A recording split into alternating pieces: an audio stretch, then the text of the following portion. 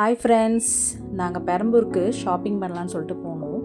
ரொம்ப பசிச்சதுனால பக்கத்தில் ஏதாவது கடை இருக்கான்னு பார்த்தோம். ஸோ இந்த கடை இருந்துச்சு. நாங்கள் போய் சாப்பிட்லான்னு சொல்லிட்டு போனோம். அது சின்ன கடை தான், பட் ஆனால் உள்ளே எல்லாமே சாப்பிட்றதுக்கு ரொம்ப நல்லா இருந்துச்சு.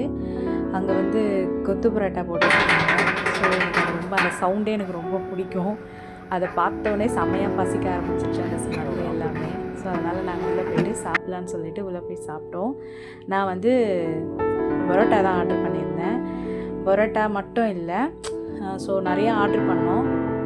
எனக்கு ரொம்ப பிடிக்கும் பரோட்டான்னா, அதனால் ரொம்ப சூடாக இருந்தது. அதை நல்லா பிச்சு போட்டு அதில் குருமா ஊற்றி அதை நான் சாப்பிடும்போது செம்மையாக இருந்தது. நீங்களே அதை பாருங்கள், அந்த வீடியோவை. அப்படியே மெய்மறந்து சாப்பிட்டேன். செம்மையாக இருந்துச்சு. இது மட்டும் இல்லை, காடை கிரேவியும் ஆர்டர் பண்ணோம். அதுக்கப்புறம் போட்டி, அப்புறம் சிக்கன் 65, ஆம்லேட்டு, அப்படி இப்படின்னு சொல்லிட்டு நிறையா ஆர்டர் பண்ணோம். நான் மட்டும் இல்லை, என் கூட என் ஃப்ரெண்ட்ஸ் வந்தாங்க. ஸோ நான் மட்டும் தான் வீடியோ எடுத்தேன்.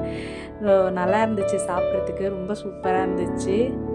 என்ன சொல்கிறதுனே தெரியல, செம்மையாக இருந்துச்சு. இந்த ஒரு சின்ன கடை தான், ஆனால் இவ்வளோ டேஸ்ட்டாக பண்ணுறாங்க. பெரிய பெரிய கடையில் இல்லாத, போக முடியல, பைசா இல்லைன்றவங்க கூட இந்த சின்ன கடைக்கு சாப்பிட்லாம். அந்த அளவுக்கு நல்லா இருந்துச்சு.